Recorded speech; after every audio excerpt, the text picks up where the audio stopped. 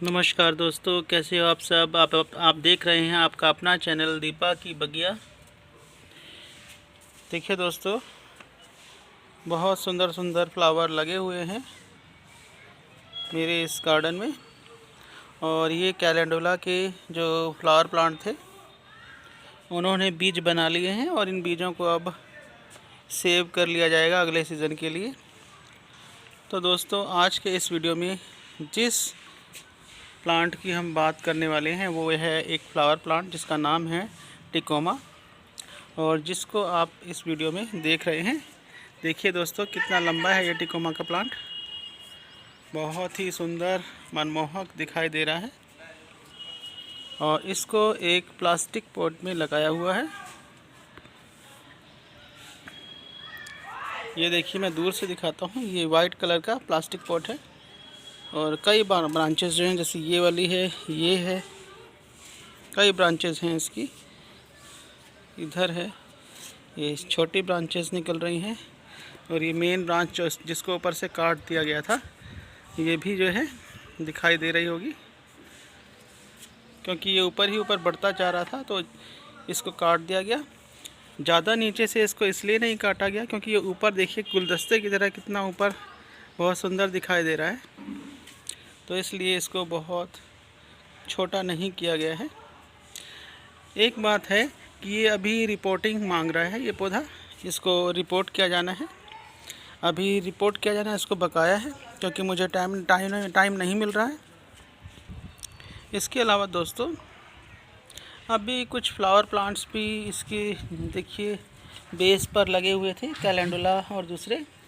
इसके अलावा ये देखिए, ये पत्थर चट्टे का प्लांट, इसमें जो है पत्ते से उगाया था। कुछ प्लांट पत्थर चट्टे के ये हैं जो कि पत्ते से ही ग्रो किए थे, यानी कि लीफ से ग्रो किए थे।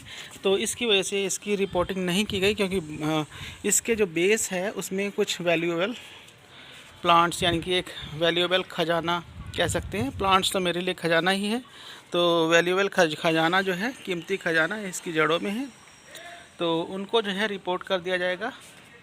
छोटे से इस खजाने को रिपोर्ट करके फिर उसके बाद इसकी रूट प्रोनिंग की जाएगी, रिपोर्टिंग की जाएगी।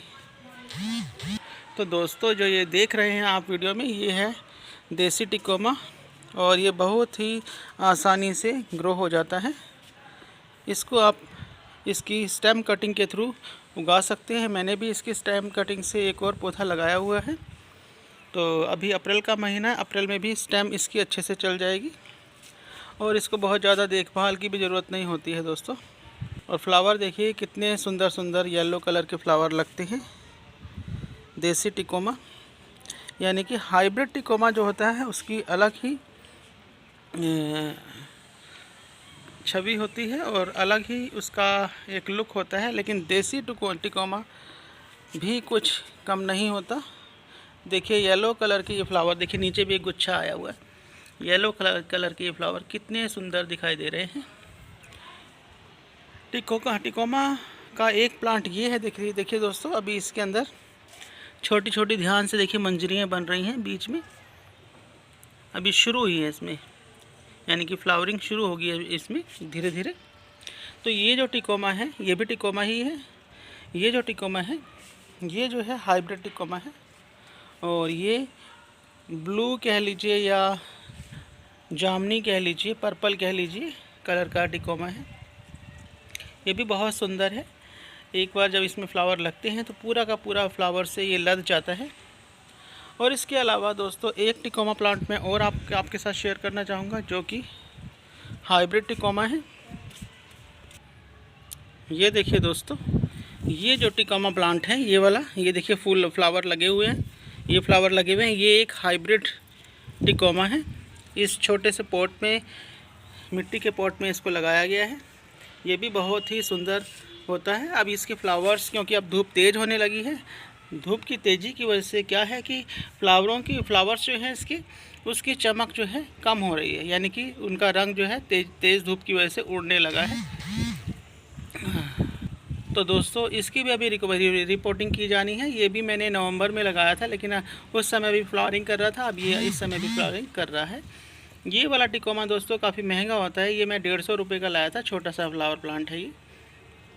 दोस्तों जो टिकोमा प्लांट है, देसी इसकी ज़्यादा ज़रूरत नहीं है देखभाल करने की, लेकिन जो हाइब्रिड टिकोमा होता है उसकी देखभाल करने की खास आवश्यकता होती है। यानी कि पोरस मिट्टी इसके लिए चाहिए होती है। फंगीसाइड पाउडर थोड़ा सा मिट्टी में मिला लेना चाहिए, थोड़ा सा रिवर सैंड मिला लेना चाहिए, 2-3 मुट्ठे।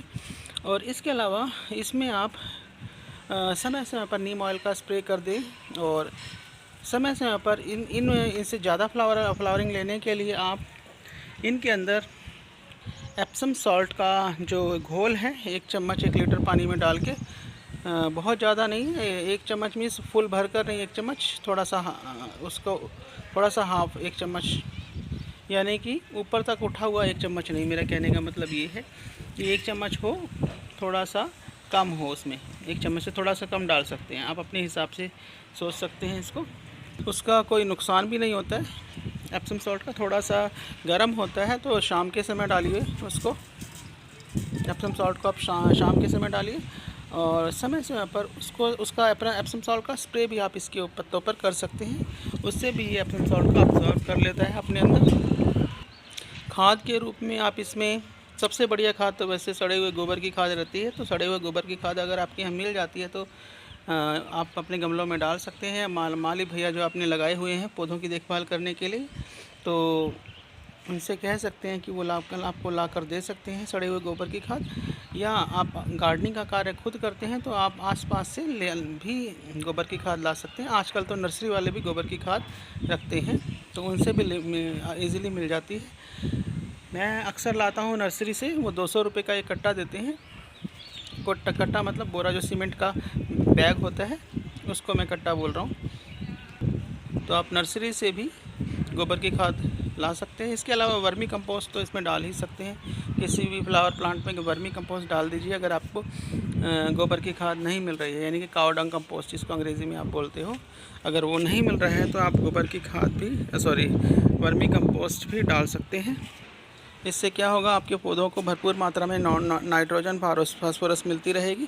इसके अलावा अगर आपके पौधे में फ्लावरिंग नहीं हो रही है, पत्ते खिल रहे हैं, फ्लावरिंग नहीं हो रही है, तो इसके लिए एक तो आप उसमें पानी देना थोड़ा सा कम कीजिए। दूसरा, आप उसके अंदर बनाना पील जो है फर्टिलाइज़र डालिए।